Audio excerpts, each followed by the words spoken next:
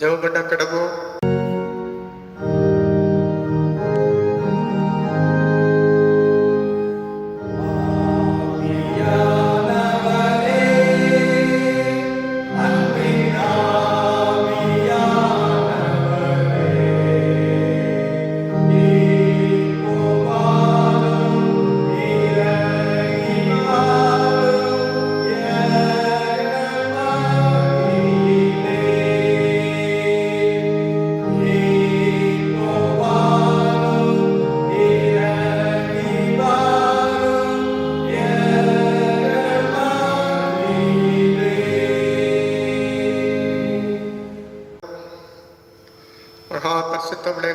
ஆண்டவரே தோத்திரம் நன்றி செலுத்துகிறோம். இந்த மகிமையான பரிசுத்த ஓய்வு நாளின் காலை வேளையில் அப்படி சமூகத்தில் வரும் நோக்கி பார்க்கும் இந்த ஜபனப்பங்களை ஏறெடுக்கும் நீர் கொடுத்த பாக்கியத்துக்காக நன்றி செலுத்துகிறோம். இந்த ஆராதனை விலையை ஆசீர்வதித்தார். இந்த தெய்வீக பிரசனத்தை வெளிப்படுத்தும். ஆவியோடு உண்மையோடுமை தொடர்ந்து சேவிக்கவும் கனமண்டம் மகிழ்ப்படுத்த வைத்து காண்டு கர்த்தர் பெரியவர், மகத்துவங்களை செய்கிறவர், ஆராய்ந்து முடியாத பெரிய காரியங்களையும் எண்ணி முடியாத அற்புதங்களையும் அதிசயங்களையும் இந்த நாடில் எங்களுக்கு செய்து ஒரு அன்பின் குரலினால் எங்களை அழைத்து ஆசீர்வதிக்க முடியாது. துதியும் கனமும் மகிமையும் மக்கூறியது தாழ்த்தி கரத்திலே அர்ப்பணிக்கிறோம். ஆசீர்வதித்தார். இயேசு கிறிஸ்துவின் திருப்பேரிலே பணிந்து கொண்டாடுகிறோம். தேவனுடைய பரிசுத்த நாமத்திற்கு மகிமை உண்டாகும். இந்த ஆராதனைக்கு ஆரம்பமாக கீதங்களும் கீர்த்தனைகளும் 471 பாடல். கீதங்களும் கீர்த்தனைகளும் 471.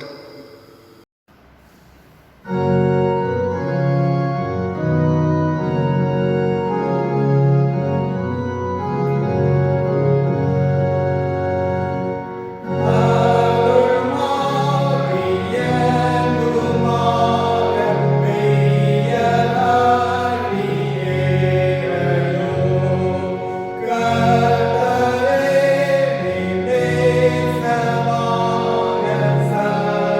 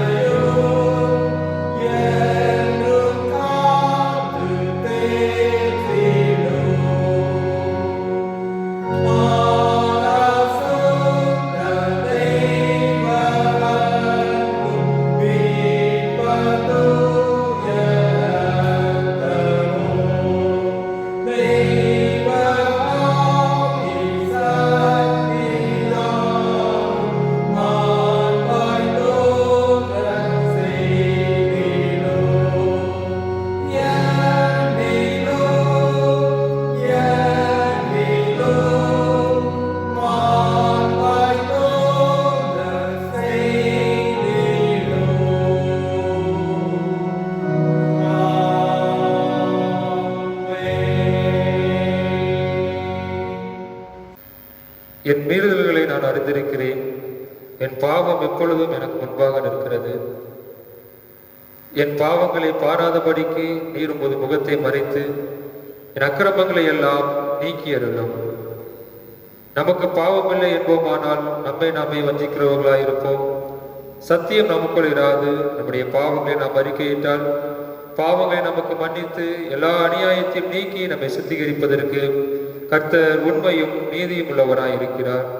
பிரியமான சகோதர சகோதரிகளே, நம்முடைய பரமபிதாவாகிய சர்வ வல்லமையுள்ள தேவனுடைய அளவில்லாத தயவினாலும் இரக்கத்தினாலும் பாவ மன்னிப்பை பெறுவதற்காக நாம் செய்த பலவிதமான பாவங்களையும் அக்கிரமங்களையும் அவர் சந்நிதியில் மாயமாய் மறைத்துக் கொள்ளாமல் பணிவும் தாழ்மையும் துக்கமும் கீழ்ப்படுதலுள்ள இருதயத்தோடைய அறிக்கையிட வேதவசனம் பற்பல வாக்கியங்களை நம்ம ஏவுகிறது.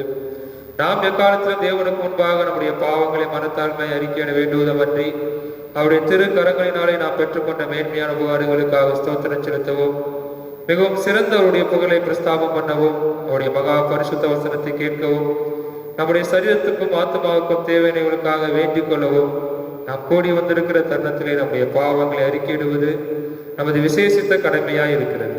ஆகையால் இருக்கிற நீங்கள் யாவரும் சுத்த இருதயத்தோடும் தாழ்ந்த சத்தத்தோடும் பரம கிருபாசன தண்டையில் என்னுடைய கூட சேர்ந்து நான் சொல்லுகிற பிரகாரம் சொல்ல உங்களை வேண்டிக் கொள்கிறேன். ஜெபம் பண்ண கடவோம். சர்வ வல்லமையும் மிகுந்த இரக்கமுள்ள பிதாவே, நாங்கள் வழிகளை விட்டு வழி அலைந்து போனோம். எங்கள் இருதயத்தின் யோசனைகளுக்கும் விருப்பங்களுக்கும் வழங்கி நடந்தோம். உடைய பரிசுத்த கற்பனைகளுக்கு விரோதமாய் குற்றம் செய்தோம். செய்யத்தக்கவைகளை செய்யாமல் செய்தகாதவைகளை செய்து வந்தோம். எங்களுக்கு சுகமே இல்லை. ஆனாலும் ஆண்டவரே, தேவன் கர்த்தராகிய இயேசு கிறிஸ்துவின் மூலமாய் மனிதர்களுக்காக செய்த வாக்குத்தத்தங்களின்படியே நிர்வாகிக்கமுள்ள குற்றவாளிகள் எங்களுக்கு இறங்கும். தப்பிதங்களை அறிக்கிறங்கள் மேல் பொறுமையாயிரும். பாவத்தின் நிமித்தப்படுறீங்களை சீர்படுத்தும். மிக மிருக்கமுள்ள பிதாவே, நாமத்துக்கு மகிமை உண்டாகும்படி நாங்கள் தேவ பக்தியும் நீதியும் தெரிந்த புத்திரங்களாய் நடந்து வர இயேசு கிறிஸ்து நிமித்தம் எங்களுக்கு கிருபை செய்தருளோம். ஆமென். நம்முடைய கர்த்தராகிய இயேசு கிறிஸ்துவின் பிதாவாய் நம்முடைய தேவன் பாவியின் மரணத்தை விரும்பாமல் அவன் தன் பாவத்தை விட்டு திரும்பி பிழைப்பதை விரும்பி பாவத்தை நிமித்தம் துக்கப்படுத்த ஜனத்திற்கு பாவ மோசனத்தை மன்னிப்பை கூறி அறிவிக்க தம்முடைய பணியுடைய காருக்கு அதிகாரத்தை கட்டளை அருளி செய்திருக்கிறார். மெய்யாய் மனம் திரும்பி தம் பரிசுத்த சுவிசேஷத்தை உண்மையாக விசுவாசிக்கிற யாவர் அவர் பாவங்களை மன்னித்து மோசனம் செய்கிறார். ஆகிய கடைசி அவரின் தியானத்தை சேரத்தக்கதால் இத்தனத்தை நாம் சேருக்கு பிரியமாய் உயிரோடுக்கு நாடெல்லாம் மாசு இல்லாமல் பரிசுத்தமுள்ளவனாய் நடக்கும். அவன் மெய்யான மனம் திரும்புதலை தம்முடைய பரிசுத்தாவியால் அருளி செய்ய வேண்டும் என்று நம்முடைய கர்த்தராகிய இயேசு கிறிஸ்துவின் மூலமாய் அவரை வேண்டிக் கொள்ள கடவோம். பரமண்டலங்களில் இருக்கிற எங்கள் பிதாவே, உம்முடைய நாமம் பரிசுத்தப்படுவதாக, உம்முடைய ராஜ்யம் வருவதாக, உம்முடைய சித்தம் பரமண்டலத்திலே செய்யப்படுவது போல பூமியிலேயும் செய்யப்படுவதாக. அன்றுள்ள எங்கள் அப்பத்தை எங்களுக்கு இன்று தாரும். எங்களுக்கு விரோதமாய் குற்றம் செய்கிறவர்களுக்கு நாங்கள் மன்னிக்கிறது போல எங்கள் குற்றங்களை எங்களுக்கு மன்னியும். எங்களை சோதனையில் பிரவேசிக்க பண்ணாமல் தீமையை ரட்சித்தருளும். ராஜ்யமும் வல்லமையும் மகிமையும் என்றென்றைக்கு முடிவுகளே.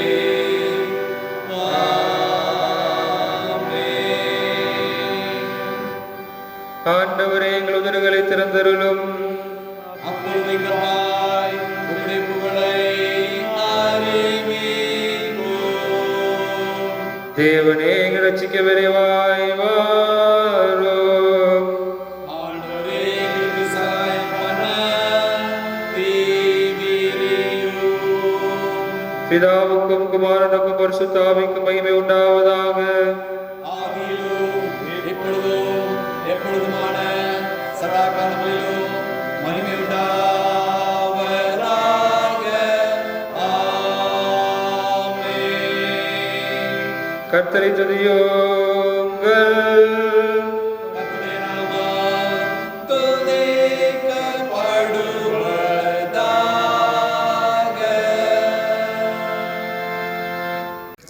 மாறி மாறி வாசிக்கப்படியாக தெரிந்து கொள்ளப்பட்ட விசேஷ சங்கீதம் 68 19 வசனம் முதல் 35 வசனம் வரை.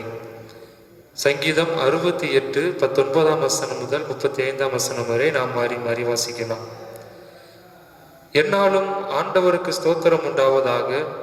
நம்மேல் பாரம் சுமத்தினாலும் நம்மை இரட்சிக்கிற தேவன் அவரே. நம்முடைய தேவன் ரட்சிப்பை அருளும் தேவனாய் இருக்கிறார். ஆண்டவராகிய கர்த்தரால் மரணத்திற்கு நீங்களும் வழியுண்டு. மெய்யாகவே தேவன் தம்முடைய சத்துருக்களின் சிரசையும் தன் அக்கிரமங்களில் துணிந்து நடக்கிறவனுடைய மயிருள்ள உச்சந்தலையையும் உடைப்பார். உன் கால்கள் சத்துருக்களின் இரத்தத்தில் பதியும்படியாகவும் உன் நாய்களின் நாவு அதை நக்கும்படியாகவும் என்னுடைய ஜனத்தை பாசானிலிருந்து திரும்ப அழைத்து வருவேன், அதை சமுத்திர ஆழங்களிலிருந்தும் திரும்பி அழைத்து வருவேன் என்று ஆண்டவர் சொன்னார். தேவனே, உம்முடைய நடைகளை கண்டார்கள். என் தேவனும் என் ராஜாவும் பரிசுத்த ஸ்தலத்திலே நடந்து வருகிற நடைகளையே கண்டார்கள். முன்னாக பாடுகிறவர்களும் பின்னாக வீணைகளை வாசிக்கிறவர்களும் சுற்றிலும் தம்பூர் வாசிக்கிற கன்னிகைகளும் நடந்தார்கள். இஸ்ரவேலின் ஊற்றிலிருந்து தோன்றினவர்களே, சபைகளின் நடுவே ஆண்டவராகிய தேவனை ஸ்தோத்திரியுங்கள். அங்கே அவர்களை ஆளுகிற சின்ன பென்யமீனும் யூதாவின் பிரபுக்களும் அவர்கள் கூட்டமும் செபுலோனின் பிரபுக்களும் நப்தலியின் பிரபுக்களும் உண்டு. உன் தேவன் உனக்கு பலத்தை கட்டளையிட்டார். தேவனே, நீர் எங்கள் நிமித்தம் உண்டு பண்ணினதை திடப்படுத்தும். எருசலேமில் உள்ள உம்முடைய ஆலயத்தின் நிமித்தம் ராஜாக்கள் உமக்கு காணிக்கைகளை கொண்டு வருவார்கள். நாணலில் உள்ள மிருக கூட்டத்தையும் ஜனங்களாகிய கன்றுகளோடு கூட ரிஷப கூட்டத்தையும் அதட்டும். ஒவ்வொருவனும் வெள்ளி பணங்களை கொண்டு வந்து பணிந்து கொள்ளுவான். யுத்தங்களில் பிரியப்படுகிற ஜனங்களை சிதறடிப்பார். பிரபுக்கள் எகிப்திலிருந்து வருவார்கள். எத்தியோப்பியா தேவனை நோக்கி கையெடுக்க தீவிரிக்கும். பூமியின் ராஜ்யங்களே, தேவனை பாடி ஆண்டவரை கீர்த்தனம் பண்ணுங்கள். ஆதி முதலாய் இருக்கிற வானாதி வானங்களின் மேல் எழுந்தருளிருக்கிறவரை பாடுங்கள். இதோ தமது சத்தத்தை பலத்த சத்தமாய் முழங்க பண்ணுகிறார். தேவனுடைய வல்லமையை பிரசித்தப்படுத்துங்கள். அவருடைய மகிமை இஸ்ரவேலின் மேலும் அவருடைய வல்லமை மேக மண்டலங்களிலும் உள்ளது. தேவனே, உமது பரிசுத்த ஸ்தலங்களிலிருந்து பயங்கரமாய் விளங்குகிறீர். இஸ்ரவேலின் தேவன் தம்முடைய ஜனங்களுக்கு பலனையும் சத்துவத்தையும் அருளுகிறவர். தேவனுக்கு ஸ்தோத்திரம் உண்டாவதாக. வாசிக்கும்படியாக தெரிந்து கொள்ளப்பட்ட முதலாவது வேத பகுதி ஆதியாகமத்தின் புஸ்தகம் 12ஆம் அதிகாரம் 1ஆம் வசனம் முதல் 9ஆம் வசனம் வரை. ஆதியாகமம் 12ஆம் அதிகாரம் 1ஆம் வசனம் முதல். கர்த்தர் ஆபிரகாமை நோக்கி, நீ உன் தேசத்தையும் உன் இனத்தையும் உன் தகப்பனுடைய வீட்டையும் விட்டு புறப்பட்டு நான் உனக்கு காண்பிக்கும் தேசத்துக்கு போ. நான் உன்னை பெரிய ஜாதியாக்கி உன்னை ஆசீர்வதித்து உன் பெயரை பெருமைப்படுத்துவேன். நீ ஆசீர்வாதமாய் இருப்பாய். உன்னை ஆசீர்வதிக்கிறவர்களை ஆசீர்வதிப்பேன், உன்னை சபிக்கிறவனை சபிப்பேன். பூமியில் உள்ள வம்சங்கள் எல்லாம் உனக்குள் ஆசீர்வதிக்கப்படும் என்றார். கர்த்தர் ஆபிரகாமுக்கு சொன்னபடியே அவன் புறப்பட்டு போனான். ஆபிரகாம் ஆரோனை விட்டு புறப்பட்ட போது 75 வயது உள்ளவனாய் இருந்தான். ஆபிரகாம் தன் மனைவியாகிய சாராயையும் தன் சகோதரனுடைய குமாரனாகிய லோத்தையும் தாங்கள் சம்பாதித்திருந்த தங்கள் சம்பத் எல்லாவற்றையும் ஆரானிலே சவதரித்த ஜனங்களையும் கூட்டிக் கொண்டு அவர்கள் கானான் தேசத்துக்கு புறப்பட்டு போய் கானான் தேசத்தில் சேர்ந்தார்கள். ஆபிரகாம் அந்த தேசத்தில் சுற்றி திரிந்து சீகேம் என்னும் இடத்திற்கு சமீபமான மோரே என்னும் சமபூமி மட்டும் வந்தான். அக்காலத்திலே கானானியர் அத்தேசத்தில் இருந்தார்கள். கர்த்தர் ஆபிரகாமுக்கு தரிசனமாகி, உன் சந்ததிக்கு இந்த தேசத்தை கொடுப்பேன் என்றார். அப்பொழுது அவன் தனக்கு தரிசனமான கர்த்தருக்கு அங்கே ஒரு பலிபீடத்தை கட்டினான். பின்பு அவன் அவ்விடம் விட்டு பெயர்ந்து பெத்கேலுக்கு கிழக்கே இருக்கும் மலைக்கு போய் பெத்தேல் தனக்கு மேற்காகவும் ஆயி கிழக்காகவும் இருக்க கூடாரம் போட்டு அங்கே கர்த்தருக்கு ஒரு பலிபீடத்தை கட்டி கர்த்தருடைய நாமத்தை தொழுது கொண்டான். அதன்பின் ஆபிரகாம் புறப்பட்டு தெற்கே பிரயாணம் பண்ணி கொண்டு போனான் என்பதை வாசிக்கும்படியாக தெரிந்து கொள்ளப்பட்ட முதலாவது வேத பகுதியை வாசித்தாயிற்று. வாசிக்கும்படியாக தெரிந்து கொள்ளப்பட்ட இரண்டாவது வேத பகுதி லூக்கா எழுதின நற்செய்தி நூல் 5ஆம் அதிகாரம் 1ஆம் வசனம் முதல் 11ஆம் வசனம் வரை. பரிசுத்த லூக்கா எழுதின நற்செய்தி நூல் 5ஆம் அதிகாரம் 1ஆம் வசனம் முதல். பின்பு அவர் கெனசரேத்து கடலருகே நின்றபோது திரளான ஜனங்கள் தேவ வசனத்தை கேட்கும்படி அவரிடத்தில் நெருங்கினார்கள். அப்பொழுது கடற்கரையில் நின்ற 2 படவுகளை கண்டார். மீன்பிடிக்கிறவர்கள் அவைகளை விட்டிறங்கி வலைகளை அலசி கொண்டிருந்தார்கள். அப்பொழுது அந்த படவுகளில் ஒன்றில் ஏறினார். அது சீமோனுடையதாய் இருந்தது. அதை கரையிலிருந்து சற்றே தள்ளும்படி அவனை கேட்டுக்கொண்டு அந்த படவில் உட்கார்ந்து ஜனங்களுக்கு போதகம் பண்ணினார். அவர் போதகம் பண்ணி முடித்த பின்பு சீமோனை நோக்கி, ஆழத்திலே தள்ளி கொண்டு போய் மீன் பிடிக்கும்படி உங்கள் வலைகளை போடுங்கள் என்றார். அதற்கு சீமோன், ஐயரே, முழுவதும் நாங்கள் பிரயாசப்பட்டும் ஒன்றும் அகப்படவில்லை, ஆகிலும் உம்முடைய வார்த்தையின்படியே வலையை போடுகிறேன் என்றான்.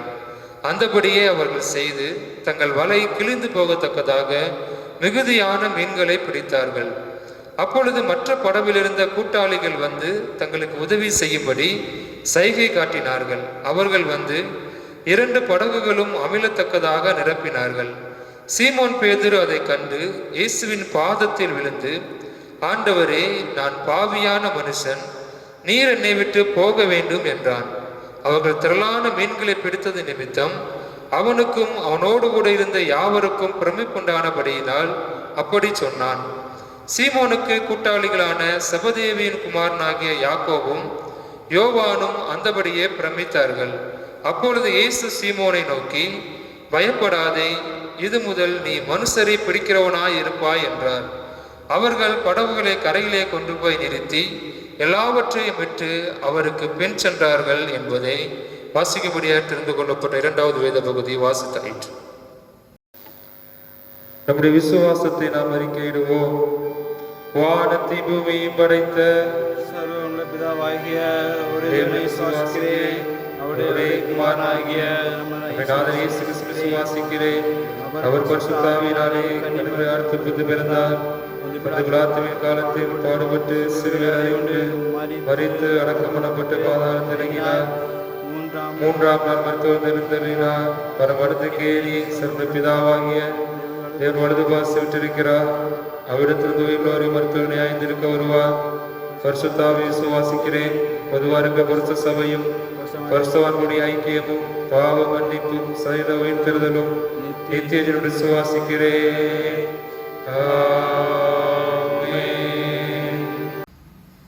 ஜெபம் பண்ண கடவும். பெருவாரி விசவியாதிகள் நடமாடும் காலத்தில் செய்ய வேண்டிய ஜெபம். சர்வ வல்லமை உள்ள தேவனே, உம்முடைய ஜனங்கள் வனாந்தரத்திலே மோசேயையும் ஆரோனையும் எதிர்த்து அவர்களுக்கு விரோதமாய் அடஞ்சாதித்து கலகம் செய்த நிமித்தம் அவர்கள் மேல் கோபம் கொண்டு வாதையை வரவிட்டு தாவீது ராஜாவின் காலத்திலும் கொள்ளை நோயினால் 70,000 பேரை சங்காரம் செய்து பின்பு உமது இரக்கத்தை நினைவு கூர்ந்து மற்றவர்களை ரட்சித்தீரே. இக்காலத்தில் கொடிய விசவியாதினாலே வாரிக்கொள்ளப்படுகிற ஏழை பாவிகளாக எங்கள் மேல் மனதுருகி அப்பொழுது தேவரை இரக்கமாய் பாவ பரிகாரத்தை ஏற்றுக்கொண்டு வாதையை நிறுத்தபடி சங்காரத்துடன் கட்டளையிட்டது போல இப்பொழுது எங்கள் கர்த்தராக இயேசு கிறிஸ்துவின் திருமுகத்தை பார்த்து இந்த கொடிய விசவியாதியை எங்களை விட்டு நீக்கி அருளும். ஆமேன். உயிர்த்தெழுந்த திருநாளுக்கு பின் வரும் 6ஆம் ஞாயிறின் சுருக்க ஜெபம். அன்பரின் அழைப்பு.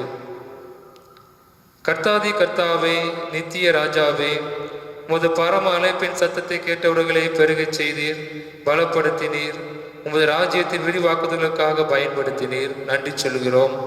உமது அன்பின் அழைப்பை கேட்கும் காதுகளை எமக்கு தாரும். சாக்கு போக்குகளை தவிர்த்து முழுமையாக நிறைவாக்கி அழைத்து தகுதிப்படுத்தும் எம் கடவுளாம் கர்த்தர் கிறிஸ்துவின் கிருபை மிகு நாமத்தில் பணிந்து வேண்டுகிறோம் பரலோக தந்தையே. ஆமேன். சர்வ வல்லமையுள்ள நித்திய தேவனே, இந்நாள்வரில் எங்களை சுகமாய் நடத்தி வந்த பரம பிதாவாகிய கர்த்தாவே, இந்நாளிலும் நாங்கள் உமது மிகுந்த வல்லமையால் எங்களை காப்பாற்றி நாங்கள் யாதொரு பாவத்துக்கு உட்படாமலும் எவ்விதமான மோசத்திலும் அகப்படாமலும் உமது பார்வைக்கு நீதியாய் இருக்கிறதை எப்பொழுதும் செய்கிறதற்கு நாங்கள் செய்கிற எல்லாவற்றையும் உடைய ஆளுகையினால் நடத்தி அருள வேண்டும் என்று கர்த்தராக இயேசு கிறிஸ்துவின் மூலமாய் வேண்டிக் கொள்கிறோம். ஆமேன். தொடர்ந்து நாம் தலைகளை சாழ்த்தி ஒரு சில காரியங்களுக்காக நாம் ஆண்டவரை நோக்கி பார்க்கலாம். ஒருவேளை ஆண்டவர் அந்த நாளிலும் நமக்கு தந்த இந்த நல்ல ஆசீர்வாதமான நாளுக்காக நாம் ஆண்டவருக்கு நன்றி செலுத்துவோம். ஆண்டவர் நம்மோடு கூட இருந்து நம்மை அற்புதமாய் அதிசயமாய் ஆச்சரியமாய் நடத்தி வருகிற ஆண்டோட நடத்துதலை எண்ணி பார்த்து நாம் ஆண்டவருக்கு ஸ்தோத்திரம் செலுத்துவோம். ஆண்டவருடைய கரம் நம்மோடு கூட இருந்து நம்மை பாதுகாத்து நம்மை பலப்படுத்தி நம்மை வழிநடத்தி நம்முடைய தேவைகள் எல்லாவற்றையும் ஆண்டவர் சந்தித்து எல்லா சத்துருவின் சதிகளுக்கும் எல்லா வியாதிகளுக்கும் எல்லா ஆபத்துகளுக்கும் ஆண்டவர் நம்மை விலக்கி அற்புதமாய் அதிசயமாய் ஆச்சரியமாய் நடத்தி வருகிற ஆசீர்வாதமான ஆண்டவருடைய கிருபைகளை எண்ணி பார்த்து நாம் ஆண்டவருக்கு ஸ்தோத்திரம் செலுத்துவோம். உள்ளத்தின் ஆழத்திலிருந்து நாம் ஆண்டவருக்கு நன்றி செலுத்துவோம்.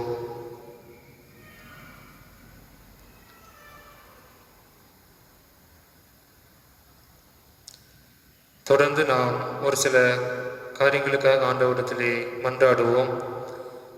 முதலாவதாக நம்முடைய தேசத்தை ஆண்டவருடைய சமூகத்திலே வைப்போம். தேசத்தை ஆண்டவர் ஆசீர்வதிக்கும்படியாக, தேசத்திலே நிலை வருகிற சூழ்நிலைகளை ஆண்டவர் சீக்கிரத்திலே மாற்றி போட்டு ஒரு பெரிய மாற்றத்தையும் விடுதலையும் ஆண்டவர் நமக்கு தரும்படியாக, எல்லா கட்டுகளையும் ஆண்டவர் நம்முடைய தேசத்தை விட்டு மாற்றி போடும்படியாக, இந்த வியாதியினுடைய கொடூரங்கள் முற்றிலும் மாறி சீக்கிரத்திலே எல்லா ஜனங்களும் விடுதலை பெற்று மகிழ்ச்சியோடு சந்தோஷத்தோடு தேசத்தில் வாழக்கூடிய கிருபைகளை ஆண்டவர் தரும்படியாக நம்ம ஆண்டவரிடத்திலே மன்றாடுவோம். விசேஷமாக ஏழை ஜனங்களுக்காக, அன்றாடம் உழைத்து தங்களுடைய வாழ்வை நடத்தி கொண்டிருந்த தொழிலாளர்களுக்காக, விவசாயிகளுக்காக, விசேஷமாக புலம்பெயர்ந்த தொழிலாளர்களுக்காக ஆண்டவருடைய சமூகத்திலே மன்றாடுவோம். இந்த ஊரடங்கு காலகட்டங்களிலே தங்களுடைய பிழைப்புகள் இல்லாத சூழ்நிலைகளை, அவருடைய தேவைகளை ஆண்டவர் சந்திக்கும்படியாக, அவர்களுக்கு உணவு தேவைகளை, அவருடைய குடும்பத்திற்கு தேவையான தேவைகளை ஆண்டவர் சந்திக்கும்படியாக, ஒருவர் கூட உணவுக்கும் உடைக்கும் வழி இல்லாமல் கஷ்டப்படாதபடிக்கு எப்படியாவது ஆண்டவர் அவருடைய தேவைகளை சந்திக்கும்படியாக, அரசாங்கம் அவர்களுக்கு தேவையான வாழ்வாதாரத்தை சந்திக்கப்படுவதற்கு எல்லா முயற்சிகளையும் எடுப்பதற்கு நம்முடைய அரசியல் தலைவர்களுக்கு ஆண்டவர் உள்ளத்திலே பேசும்படியாக எல்லா மக்களையும் நினைவு கூர்ந்து அவர்களுக்காக நாம் ஆண்டவரிடத்திலே மன்றாடுவோம்.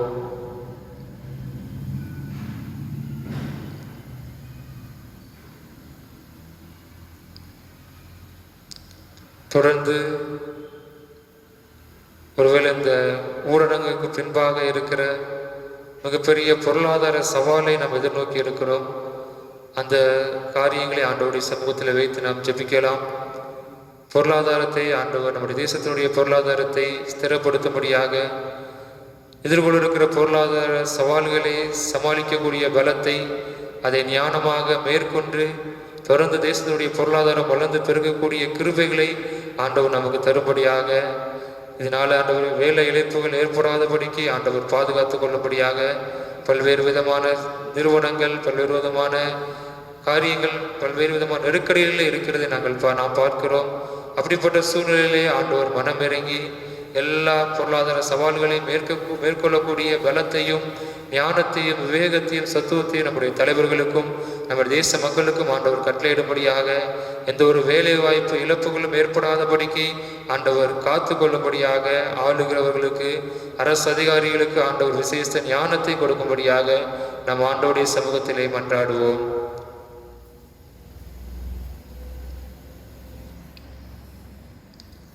தொடர்ந்து நம்முடைய திருச்சபைக்காக ஆண்டவருடைய சமூகத்திலே மன்றாடுவோம். நம்முடைய திருச்சபைகளை ஆண்டவர் ஆசீர்வதிக்கும்படியாக, தொடர்ந்து தடையின்றி இரு ஆலயங்களிலே கூடி ஆண்டவரை ஆராதிக்கக்கூடிய கிருபைகளை ஆண்டவர் நமக்கு சீக்கிரத்திலே தரும்படியாக, திருச்சபையின் மக்கள் ஒவ்வொருவரையும் ஆண்டவர் பலப்படுத்தும்படியாக, விசுவாசத்திலே உறுதியாக இருக்கவும், தேசத்திற்கு மக்களுக்கு அநேகருக்கு தங்களால் முடிந்த உதவிகளை செய்யவும், உலகிற்கு உப்பாய் வெளிச்சமாய் இந்த சூழ்நிலையில் நம்மை காண்பிக்க ஆண்டவர் நமக்கு கிருபை தரும்படியாக நாம் ஆண்டவரிடத்திலே மன்றாடலாம். அதே போல மிஷனரிகளுக்காக, மிஷனரி பணித்தளங்களுக்காக, மிஷனரி பணித்தளங்களில் உள்ள எல்லா கல்வி நிறுவனங்கள் எல்லாவற்றிற்காக ஆண்டவருடைய சமூகத்தில் மன்றாடுவோம். அவருடைய தேவைகளை ஆண்டவர் சந்திக்கும்படியாக, ஒவ்வொருவரையும் ஆண்டவர் பாதுகாத்து தொடர்ந்து எல்லா காரியங்களையும் ஆண்டவர் பொறுப்படுத்த, மிஷனரிகளையும் ஊழியர்களையும் ஆண்டவர் வழிநடத்தும்படியாக நம் ஆண்டவருடைய சமூகத்திலே மன்றாடுவோம்.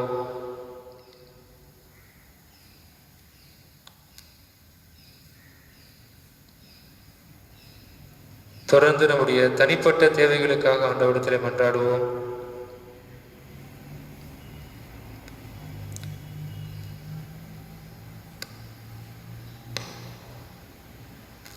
ஆண்டவரே, எங்கள் ஜெபத்தை கேளும். விண்ணப்பம் செய்வதாக. சர்வ வல்லமையுள்ள தேவனே, அபாத்தராகி அடியாராக எங்களுக்கு மற்ற எல்லா மனிதருக்கும் தேவன் அளிச்சத பற்பல கிருபைகளுக்காகவும் அன்புள்ள தயவுக்காகவும் மிகுந்த தாழ்மையோடும் உள்ள இருதயத்தோடும் உங்களுக்கு ஸ்தோத்திரம் செலுத்துகிறோம். தேவனை எங்களை சிருஷ்டித்ததற்காகவும் காப்பாற்றுவதற்காகவும் இம்மைக்குரிய எல்லா ஆசீர்வாதங்களுக்காகவும் துதிக்கிறோம். விசேஷமாய் கர்த்தராகிய இயேசு கிறிஸ்துவினாலே உலகத்தை மீட்டுக் கொண்ட விலைமதியாதபடி அன்புக்காகவும் கிருபை நித்தனங்களுக்காகவும் மகிமையடையோம் என்ற நம்பிக்கைக்காகவும் உங்களுக்கு ஸ்தோத்திரம் செலுத்துகிறோம்.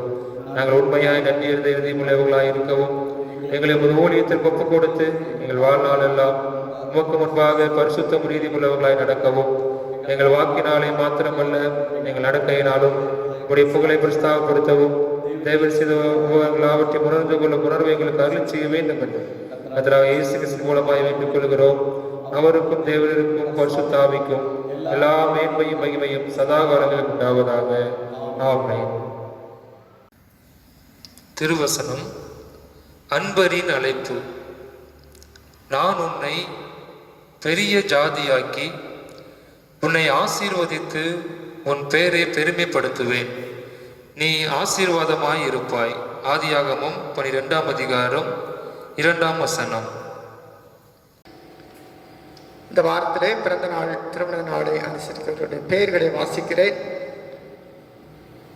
கர்த்ததாவே இந்த வாரத்திலே பிறந்த நாள் திருமண நாளை கொண்டாடுகிறவர்களை ஆசீர்வதிப்பாராக. 25/5 திருமதி ஏஞ்சலின் லிடியா ஜெருஷா. 25/5 திரு என் ராஜகுமார். 26/5 திருமதி கவிதா ஜெயராணி. 27/5 திரு ஏ செல்வராஜ். 27/5 திரு எம் ஜான் முத்தையா. 29/5 திரு டிபி ஞான சுயம்பு. 29/5 திருமதி தாயம்மாள். 30/5 திரு ஆனந்த் சஜி. 30/5 திருமதி மேரி ரூபவதி. 31/5 செல்வி ஜி லீனா சாண்ட்ரா. இவர்கள் இந்த வாரத்திலே பிறந்த நாளை கொண்டாடுகிறார்கள். திருமண நாளை அனுசரிக்கிறவர்கள் 25/5 திருமதி என் திரு டி அருள் ஜோசப் தம்பதியர். 26/5 திருமதி என் திரு ஆர் பிராங்க் பாஸ்கர் தம்பதியர்.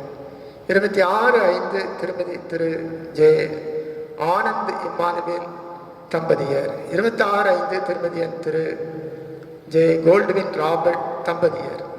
29/5 திருமதி என் திரு கே டேவிட் செல்வின் தம்பதியர். இவர்கள் இந்த வாரத்திலே திருமண நாளை அனுசரிக்கிறார்கள். பிறந்த நாளை திருமண நாளை அனுசரிக்கிறவர்களுக்காக தலைவணங்கி பிரார்த்தனை செய்வோம்.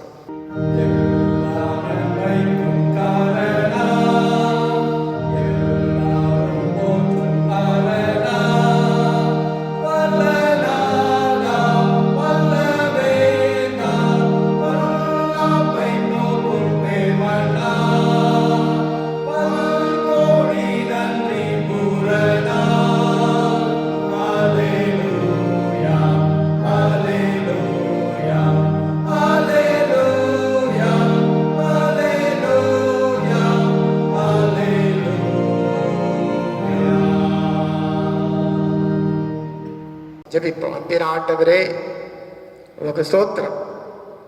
கர்த்தரே ஜீவனும் தீர்க்காயுசுமானவராயிருந்து என் பிள்ளைகளை வேலியடிக்கும்படியாக ஜெபிக்கிறோம்.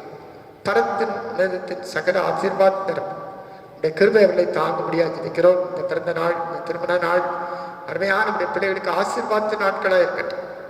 ஆண்டவரே, நீர் முன்செல்லும் சமூகமாய் பின்செல்லும் சமமாய் இருந்து ஆண்டவரே உங்களுடைய சமூகம் முன்சென்று காரியங்களை வாக்கியமளித்தாரும் ஆண்டவர் அவர்கள் உமக்குள்ளே மகிழ்ந்து கனி கூர்ந்து சாட்சி பகர சரீர சோபரத்தின் தீர்க்காயுசை பெற்று பரத்தின் உணர்த்தின் சகல ஆசீர்வாதம் இயேசு கிறிஸ்துவின் திருப்பேரிலே பணித்து கொண்டாடுகிறோம் பிதாவே.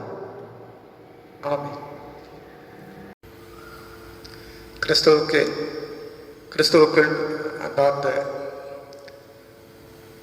ஆண்டவருடைய பிள்ளைகளே, உங்கள் அனைவரையும் அன்போடு வாழ்த்தி வரவேற்கிறேன். கர்த்தருடைய பிரதான கிருபையினாலே ஆண்டவருக்கு கொடுத்த ஜீவன் சுகம் பலத்துக்காக நம்ம ஆண்டவருக்கு நன்றி செல்லவும், இந்த புதிய வாரத்திலே கர்த்தருடைய சமூகத்திலே கூடி கர்த்தரை ஆராதிக்கவும் கொடுத்த கிருபைக்காக கர்த்தரை துதிப்போம், ஸ்தோத்தரிப்போம், கனமிடுவோம். கர்த்தருடைய சமூகத்தில் நம்மை தாழ்மைப்படுத்தி ஒப்புக் கொடுப்போம்.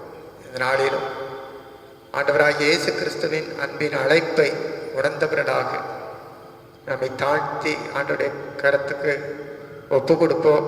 அவருடைய சத்தத்துக்கு செவி சாய்ப்போம். அவர் நம்முடைய கரங்களை பிடித்து நடத்துவார். இந்த நாளிலும் நம்முடைய தியானத்திற்காக தெரிந்து கொள்ளப்பட்ட வேத வாக்கியம் பரிசுத்த லூக்கா 5ஆம் அதிகாரம் 10ஆம் வசனத்தின் பின்பகுதி. அப்பொழுது இயேசு சீமோனை நோக்கி, பயப்படாதே, இன்று முதல் நீ மனுஷரை பிடிக்கிறவனாயிருப்பாய் என்றார். ஆண்டவருடைய அழைப்பு பற்பல காலங்களிலே பற்பல நபர்கள் இடத்திலே அது அன்போடு வருகிறது. பழைய ஏற்பாடானாலும் சரி, புதிய ஏற்பாடானாலும் சரி, கர்த்தருடைய அழைப்பு வித்தியாசமானது.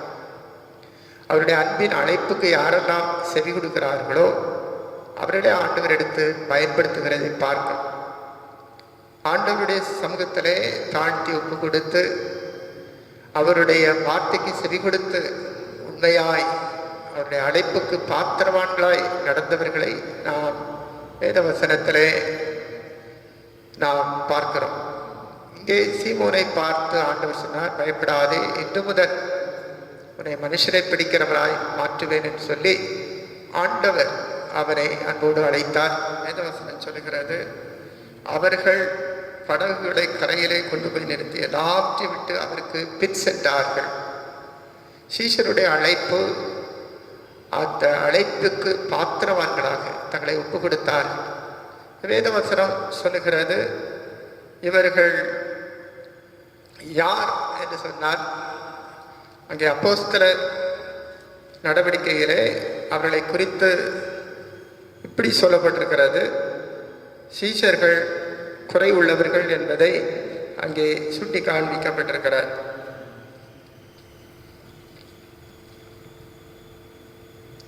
அப்போஸ்தலர் 4ஆம் அதிகாரம் 13ஆம் வசனத்தில் இப்படி சொல்லப்பட்டிருக்கிறது, பேதுருவும் யோவானும் பேசுகிற தைரியத்தை அவர்கள் கண்டு அவர்கள் படிப்பறியாதவர்கள் என்றும் பேதன்மை உள்ளவர்கள் என்றும் அறிந்தபடியினால் ஆச்சரியப்பட்டு அவர்கள் இயேசுவுடனே கூட இருந்தவர்கள் என்று அறிந்து கொண்டார்கள்.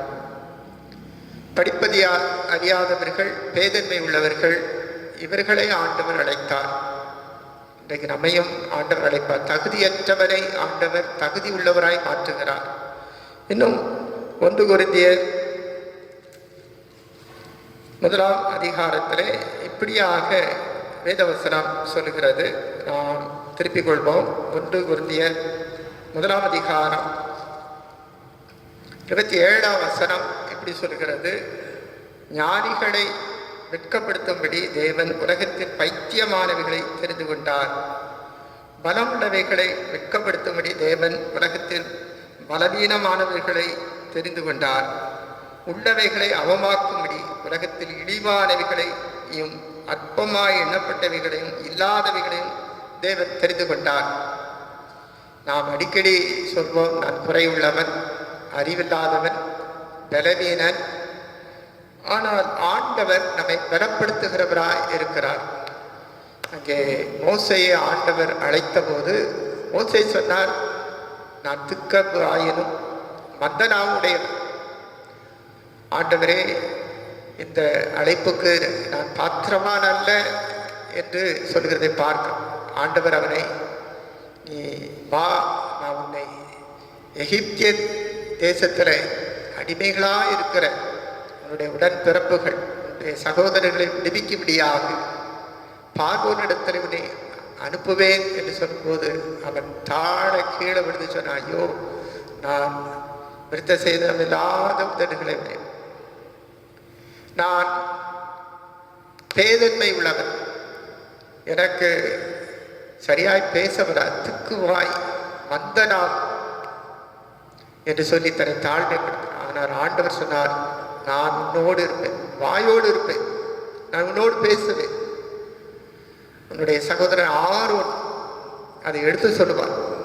அவனை கொண்டு, உன்னை கொண்டு ஒரு பெரிய மீட்பை இஸ்ரவேல் ஜனங்களுக்கு கொடுப்பேன் என்று ஆண்டவர் சொன்னார். நாம் பார்க்கிறோம், அழைப்பிலே அநேக ஆசீர்வாதங்கள் இருக்கிறது. அங்கே மோசே தன்னை ஆண்டவருடைய அழைப்புக்கு ஒப்பு கொடுத்ததுனாலே அங்கே 430 வருஷம் அடிமைப்பட்டு கிடந்த இஸ்ரவேல் ஜனங்களை அவன் அழைத்து வந்தார். தேனும் பாலும் ஓடுகிற கானான் தேசத்தை அவர்களுக்கு சுதந்திரமாக பங்கிட்டு கொடுத்தார். எத்தனை பெரிய ஆசீர்வாதம் என்று பாருங்கள். ஒரு சிறிய கீழ்ப்பிடிதல், ஆண்டவருடைய சத்தத்துக்கு செவி கொடுத்தல், இது ஒரு பெரிய ஆசீர்வாதத்துக்கு நேராக வழிநடத்தப்படுகிறது என்பதை பார்க்கிறோம். ஆபிரகாமை ஆண்டவர் அழைத்தார். ஆபிரகாமின் அழைப்பை அவர் ஏற்றுக்கொண்டார். அவர் சொன்னார், நாம் ஆதியாகமம் 12ஆம் அதிகாரத்தை திருப்பிக் கொள்வோம். அங்கே இப்படி வேதவசனம் சொல்லுகிறது. ஆதியாகமம் 12வது அதிகாரம் 1ஆம் வசனத்திலிருந்து ஒரு சில வசனங்களை நான் வாசிக்கிறேன். கர்த்தர் ஆபிராமை நோக்கி, நீ உன் தேசத்தையும் உன் இனத்தையும் உன் தகப்பனுடைய வீட்டையும் விட்டு புறப்பட்டு நான் உனக்கு காண்பிக்கும் தேசத்துக்கு போ. நான் உன்னை பெரிய ஜாதியாக்கி உன்னை ஆசீர்வதித்து உன் பேரை பெருமைப்படுத்துவேன். நீ ஆசீர்வாதமாய் இருப்பாய்.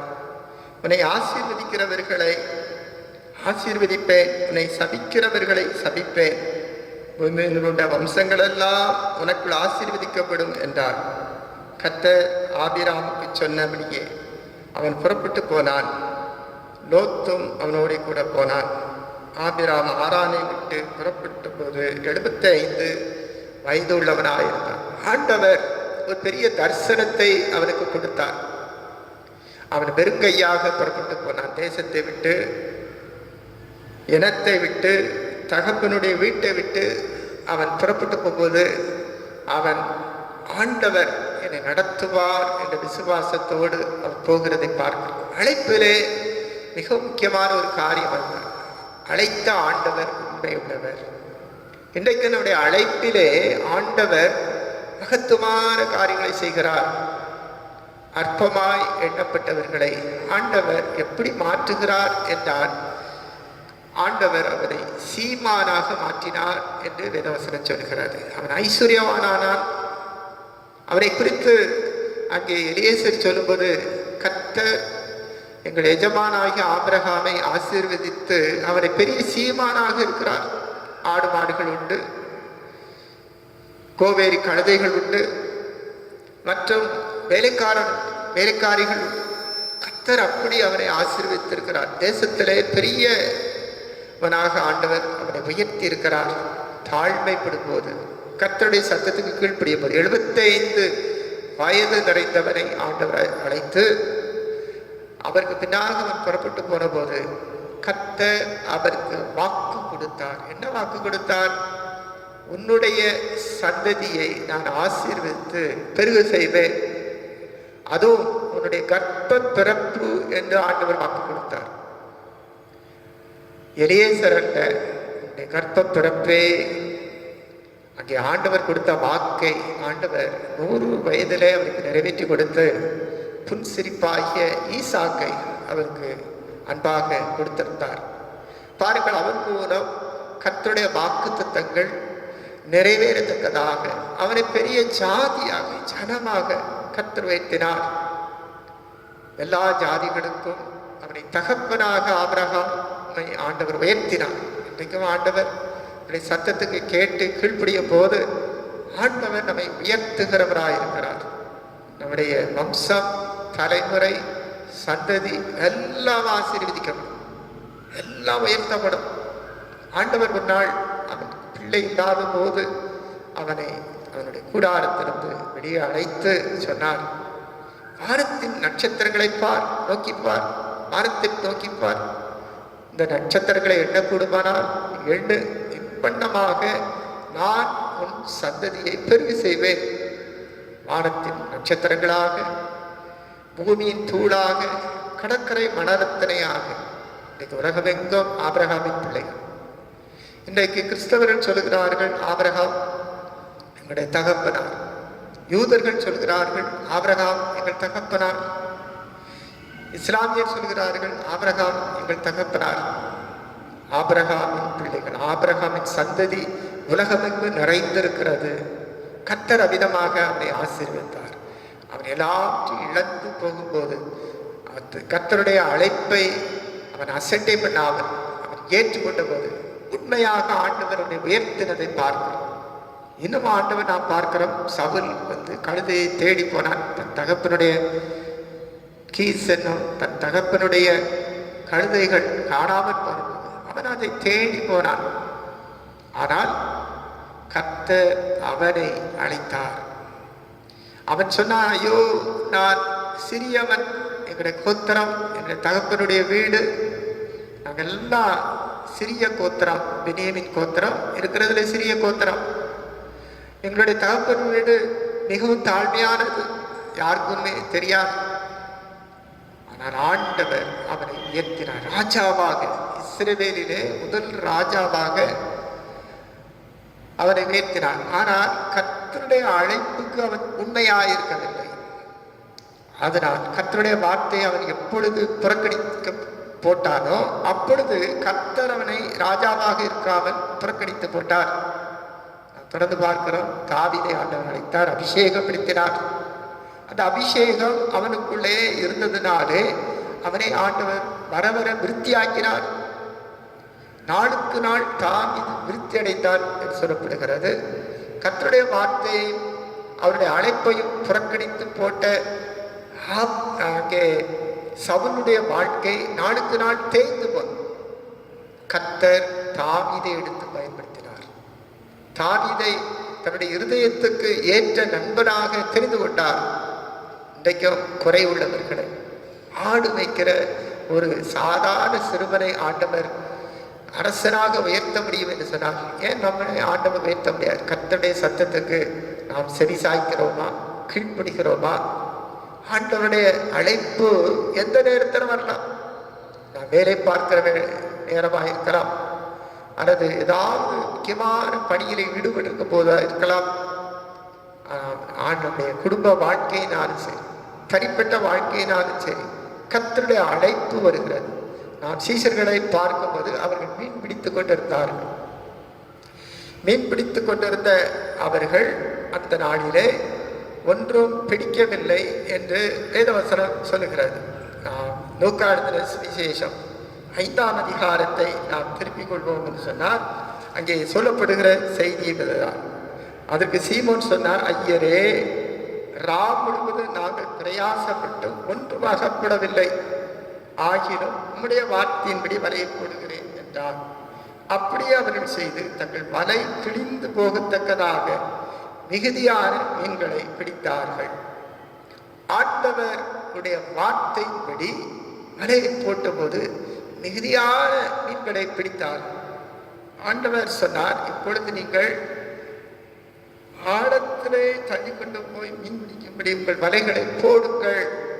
கர்த்தருடைய வார்த்தைக்கு செவி சாய்த்து அங்கே சீமோன் பேதுரு சொல்கிறார், ஆகிலும் உம்முடைய வார்த்தையின்படி வலையை போடுகிறேன் என்றார். கர்த்தர் அவனை ஆசீர்வதித்தார். பிற்காலத்திலே பார்க்கிறோம், பேதுருவை திருச்சபையின் தந்தையாக ஆண்டவர் உயர்த்துகிறதை பார்க்கிறோம். அவ்வளவு பெரிய ஆசீர்வாதம் அந்த வாழ்க்கைக்குள்ளே வந்தது என்று பார்க்கிறோம். இன்றைக்கும் ஆண்டவர் நம்மை அழைக்கும் போது நாம் படிப்பறிவு அறிவு இல்லாதவர்களாக இருக்கலாம், பேதன்மை உள்ளவர்களாக இருக்கலாம், குறை உள்ளவர்களாக இருக்கலாம். எந்த நிலைமையில் இருந்தால் கர்த்தர் நம்மை எடுத்து பயன்படுத்த முடியும் என்பதற்கு இதுதான் சாட்சி. இன்னும் நாம் பார்க்கிறோம், சவுலை புரட்டாட்டமான ஒரு மனிதனாக யூத மார்க்கத்திலே வைராக்கியமாயிருந்தார். ஆனால் ஆண்டவர் அவனை அழைத்த போது அந்த அழைப்புக்கு ஏற்று தன்னை பல பாடுகள், கஷ்டங்கள், சுவிசேஷத்தை சுமந்து செல்வதற்கு பாத்திரம் என்று ஆண்டவர் சொன்னார். ராஜாக்களுக்கு முன்பு, அநேக ஜனங்களுக்கு முன்பாக அவனை ஆண்டவர் உயர்த்தினார், சாட்சி விரும்படியாக வைத்தார். அதனால்தான் பவுல் சொல்லும்போது சொல்லுகிறார், நான் கண்ட அந்த தரிசனம், அந்த பரம தரிசனத்தை குறித்து நான் ஒரு நாளும் கீழ்ப்படியாமல் இருக்கவில்லை. அந்த பரம தரிசனம், அந்த அழைப்பு என்னை இவ்விதமாக இயேசு கிறிஸ்துவுக்காக என்னை ஒப்பு கொடுக்கும்படியாய் செய்தது. நான் பயங்கர வைராக்கியமுடையவன், நான் சபையை துன்பப்படுத்தினவன், அப்போஸ்தலர் என்று பெயர் பெறுவதற்கு நான் பாத்திரமானே அல்ல. ஆனால் ஆண்டவர் என்னை பயன்படுத்தினார்.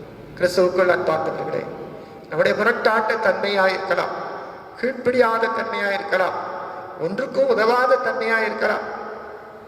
நான் ஒன்றுக்கும் உதவாதவன், எல்லாராலும் புறக்கணிக்கப்பட்டவன், தள்ளப்பட்டவன் என்று சொல்லலாம். பாருங்கள், தாவீதை ஆண்டவர் அழைத்த போது அவன் ஆடு மேய்க்கிறவனாயினான். சகோதரரெல்லாம் அங்கே சவுலுடைய படையில வீரர்களாயிருந்தார், நல்ல நிலையில் இருந்தார், அரசாங்க வேலையில் இருந்தார். ஆனால் ஆடு மேய்க்கிற சிறுவனை ஆண்டவர் தெரிந்து கொண்டார். ஆண்டவருடைய தெரிந்தெடுத்தல், ஆண்டவருடைய அழைப்பு வித்தியாசமானது. ஒன்றுக்கும் உதவாதவர்கள், குறைவு உள்ளவர்களை ஆண்டவருடைய சமூகத்திலே ஆண்டவர் அவர்களை நிறைவாக்குகிறார், பரிபூர்ணப்படுத்துகிறார், ஞானத்தை கொடுக்கிறார். பாருங்கள், ஞானிகளை வெட்கப்படுத்தும்படியாக பைத்தியமானவர்களை ஆண்டவர் தெரிந்து கொள்கிறார். இன்றைக்கும் ஆண்டவர் நம்மை தெரிந்து கொண்டுதான் இன்றைக்கு இந்த ஆலயத்தில் உங்களை கொண்டு வந்திருக்கிறார். ஒன்றுக்கு உதவாதவர்கள், உலகத்தின் பார்வையில் இழிவானவர்கள். கிறிஸ்தவர்கள் என்று சொன்னாலே இந்திய தேசத்தில் இழிவானவர்கள் என்று நினைக்கிறார், அவர்களை தாழ்ந்தவர்கள் என்று நினைக்கிறார்கள். ஆனால் பாருங்கள், இந்த தாழ்ந்தவர்கள் இழிவானவர்களை ஆண்டவர் எப்படி உயர்த்தியிருக்கிறார். நீங்கள் எங்கே போனாலும் கிறிஸ்தவர்கள் நிறைந்த கிராமங்களை பாருங்கள், கிறிஸ்தவர்கள் நிறைந்த குடும்பங்களை பாருங்கள், ஆண்டவரை உறுதியாய் பிடித்து கொண்டவர்களை பாருங்கள். கர்த்தர் எவ்வளவாய் உயர்த்தியிருக்கிறார், ஆசீர்வதித்திருக்கிறார், அநேகருக்கு சாட்சிகளாக மாற்றியிருக்கிறார். பவுலை சாட்சியாக மாற்றினவர், சீஷர்களை சாட்சியாக மாற்றினவர். இன்றைக்கும் ஆண்டவர் நம்மை அழைத்து சாட்சிகளாக நிறுத்துவார். அதனால்தான் அங்கே பேதுருவும் அவனோடு கூட சேர்ந்த சீஷர்களும் சொல்லும்போது என்ன சொன்னார்கள்? ஜீவாதிபதியை கொலை செய்தீர்கள், தேவன் அவரை உயிரோடு எழுப்பினார், அதற்கு நாங்கள் சாட்சிகள் என்று சொன்னார்கள். அழைப்பிலே தைரியத்தை ஆண்டவர் கொடுக்கிறவர். கிதியோனை ஆண்டவர் அழைக்கும் போது அவன் ஒளிந்து கொண்டு வேலை செய்து கொண்டிருந்தான். என்ன ஒளிந்து கொண்டு வேலை செய்தான்? மீதியானவர்கள் எப்பொழுதுமே வந்து அவருடைய அறுப்புகளை எல்லாம் அறுத்து, ராத்திரியோடு ராத்திரியை வந்து அவருடைய விளைந்திருக்கிற நிலங்களில் இருக்கிற அறுப்புகளை அறுத்து அவர் கொண்டு போய் விடுவார், கொள்ளை கொண்டு போய் விடுவார். அவ்வளவு பயங்கரமான ஒரு நிலை. அடிமையாக நியாயாதிபதி புத்தகத்திலே நாம் பார்க்கிற காரியம் அந்த நாட்டிலே அப்படி நடந்தது. இஸ்ரவேல் ஜனங்கள் பாவம் செய்த போது அவர்கள் விற்கப்பட்டார்கள், மீதியானவரிடத்தில் விற்கப்பட்டு மிகவும் நெருக்கப்பட்டார்கள். அதனால இந்த கிதியோன் என்ன செய்தான் தெரியுமா? அவன் ஒளிந்து கோதுமையை அறுத்து அதை கட்டுகளை அடித்து கொண்டிருந்தான்.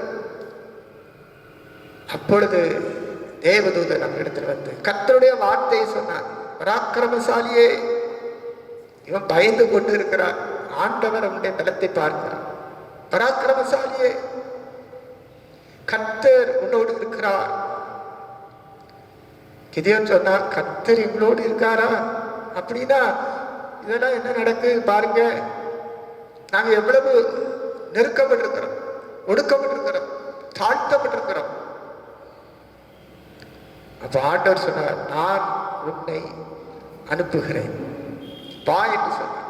அப்ப அவன் சொன்னான், ஐயோ, நான் மனாசை, நான் இந்த கோத்திரங்களிலே மிகவும் குறைவுள்ளவன். ஆண்டவர் சொன்னார், நான் உன்னை பலப்படுத்துவேன், உனக்கு இருக்கிற பலத்தோட போ, கர்த்தர் உன்னை ஆசீர்வதிக்கிறார், உன்னை பலப்படுத்துகிறார். ஒருவேளை நாம் சொல்லுவோம், நான் பலவீனன், நம்மை பலப்படுத்தும் ஆண்டவர். அதனால்தான் பவுல் சொல்கிறார், என்னை பலப்படுத்துகிற கிறிஸ்துவினாலே எல்லாவற்றையும் செய்ய எனக்கு பலன் உண்டு. அழைத்த ஆண்டவர் ஒரு நாள் கைவிட மாட்டார், கடைசி வரைக்கும். அதனால்தான் சீஷர்களை ஆண்டவர் கடைசி பெரும் கட்டளையை கொடுத்து அனுப்பும் போது என்ன சொன்னார் தெரியுமா? உலகத்தின் முடிவு பரியந்தம் சகல நாட்களிலும் நான் உங்களோடு இருப்பேன். கர்த்தர் நம்மோடு கூட இருக்கிறார், நான் பயப்பட வேண்டிய அவசியம் இல்லை. இந்த உலகத்துக்கு உப்பாக, வெளிச்சமாக, ஆசீர்வாதமாக திகழும்படியாக ஆண்டவர் நம்மை தெரிந்து கொள்கிறார், அழைக்கிறார். அந்த அழைப்பிலே நம்மை பயன்படுத்துகிறார், அவருடைய கரத்தின் கருவியாக பயன்படுத்துகிறார், ஆசீர்வாதத்தின் மக்களாக பயன்படுத்துகிறார். இன்றைக்கு ஆண்டவருடைய அழைப்பை ஏற்றுக்கொண்டவர்களை ஆண்டவர் உலகத்துக்கும் ஆசீர்வாதமாக வைத்திருக்கிறார். இந்த ஆசீர்வாதத்தினாலே கர்த்தர் இந்த நாளிலும் நம்மை நிரப்பும்படியாக கர்த்தருடைய அழைப்பின் சத்தத்துக்கு செவி கொடுப்போம். அன்றைக்கு ஆண்டவர் சொன்ன, மீன் பிடிக்கிறவர்களை நான் மனுஷரை பிடிக்கிறவர்களாய் மாற்றுவேன். மனுஷரை பிடிக்கும்படியாக ஆண்டவர் இந்த நாளிலே நம்மை பயன்படுத்த விரும்புகிறார். கர்த்தருடைய கரம் நம்மோடு கூட இருக்கும் போது கர்த்தர் நிச்சயமாக அந்த அழைப்பின் சத்தத்துக்கு நாம் செவி கொடுக்கும் போது எடுத்து பயன்படுத்தி அநேகருக்கு ஆசீர்வாதமாக்கி தருவார். இந்த காரியமடைகளே, கிறிஸ்துவுக்கு அன்பார்ந்தவர்களே, உங்களையும் அழைத்து அநேகருக்கு ஆசீர்வாதத்தின் பாத்திரங்களாக பயன்படுத்த போகிறார். ஒப்பு கொடுப்போமா?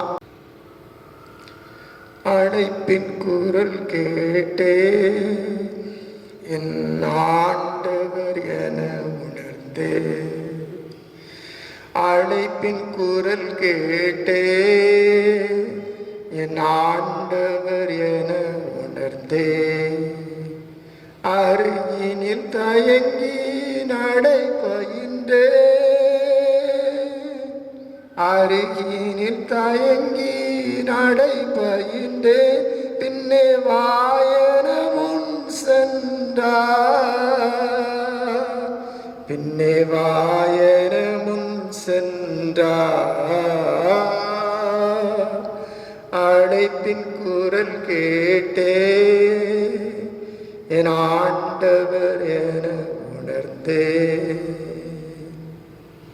அறிவில் குறைந்தவன் நானன்றோ அதை தெரிந்தும் அழைத்து ஏன் அறிவில் குறைந்தவன் நானன்றோ அதை தெரிந்தும் அழைத்தது ஏனென்றே, அறிந்தவர் செருக்கினை அகற்றிடவே, அறிந்தவர் செருக்கினை அகற்றிடவே, பின்னே வாயன முன் சென்றார், பின்னே வாயன முன் சென்றார். அழைப்பின் குரல் கேட்டே இது ஆண்டவர் என உணர்ந்தே, வலிமை குறைந்தவன் நானன்றோ அதை தெரிந்தும் அழைத்தது ஏனென்றே, வலிமை குறைந்தவன் நானன்றோ அதை தெரிந்தும் அழைத்தது ஏனென்றே, வலியவர் கொடுக்கினை வதத்திடவே, வலியவர் கொடுக்கினை வதைத்திடவே, பின்னே வாயன முன் சென்றார், பின்னே வாயன முன் சென்றார். அழைப்பின் குரல் கேட்டே என் ஆண்டவர் என உணர்ந்தே, குறைகள் நிறைந்தவன் நானன்றோ அதை தெரிந்தும் அழைத்தது ஏன் என்றே, குறைகள் நிறைந்தவன் நானன்றோ அதை தெரிந்தும் அழைத்தது ஏன் என்றே, கருவினில் இருந்துன்னை தெரிந்தவன் நான், கருவில் இருந்துன்னை தெரிந்தவன் நான், பின்னே வாயன முன் சென்றார், பின்னே வாயன முன் சென்றார். அழைப்பின் குரல் கேட்டே என் ஆண்டவர் என உணர்ந்தே. அன்பின் ஆண்டவரே, உடைய அழைப்புக்கு எங்களை தாழ்த்துகிறோம், ஒப்பு கொடுக்கிறோம் என்றார். அன்பின் குரல் ஆண்டவரே, இதோ நான் உனக்காக சிலுவையிலே ஆடிகள் கிடாவப்பட்டவராக மரித்து வீழ்த்து ஜீவிக்கிறவராக உலகம் எங்கு போய் சர்வ சிருஷ்டிக்கும் சுவிசேஷத்தை அறிவிக்கும்படியாக தெரிந்து கொண்டே குறைவுகளை பார்க்கவில்லை, உன்னுடைய பலவீனங்களை பார்க்கவில்லை, உன்னுடைய படிப்பில்லாத தன்மையை நான் பார்க்கவில்லை. ஆண்டவரே, இன்றைக்கும் எங்களுடைய அழைப்பை நாங்கள் உணர்ந்து ஆண்டவரே உடைய வார்த்தைகளுக்கு கீழ்ப்படிய உதவிச்சு செவி கொடுக்க நினைத்தார். அநேகருக்கு ஆசீர்வாதமாக இருக்க எங்களை பயன்படுத்தும் கரத்தின் கருவியாய் ஒப்பு கொடுக்கிறோம். துதிகன இவையெல்லாம் கூறிய இயேசு கிறிஸ்துவின் திருப்பேரிலே பணிந்து மன்றாடுகிறோம் பிதாவே. ஆமென். மறுபடியும் ஆண்டோட நாம மகிமைக்காக நாம் யாவரும் இணைந்து கீதங்களும் கீர்த்தனைகளும் 463வது பாடல் பாடுவோம். அப்பொழுது நம்மையும் நம்முடைய காணிக்கையும் நாம் ஆண்டவருக்கென்று நம்முடைய இல்லங்களிலே அர்ப்பணிப்போம். கீதங்களும் கீர்த்தனைகளும் 463 பாடுவோம். கிருபை புரிந்தனையால்.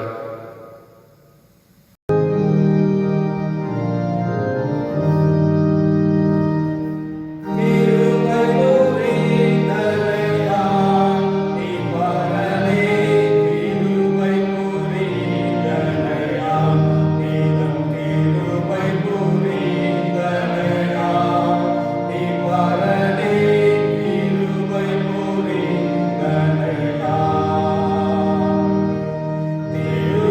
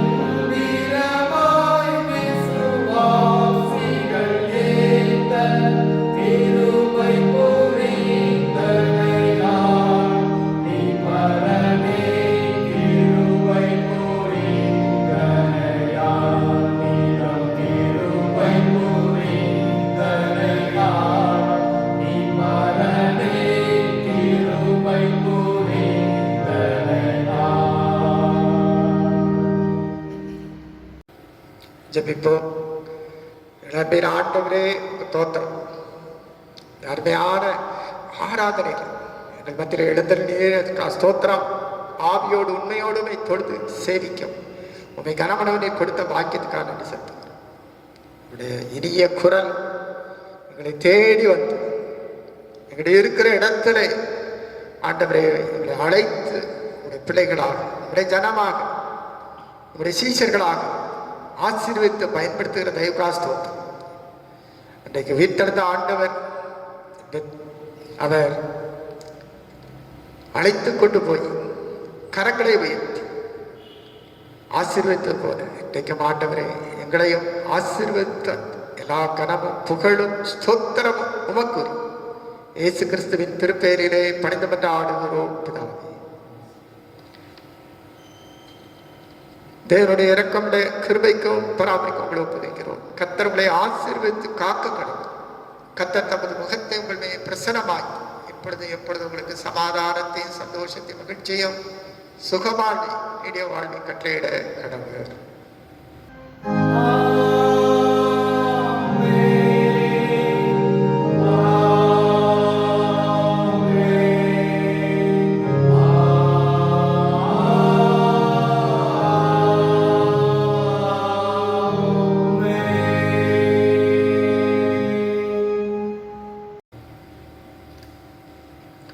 பின்பவனி கீதமாக கீதங்களும் கீர்த்தனைகளும் 404 பாடல். கீதங்களும் கீர்த்தனைகளும் 404.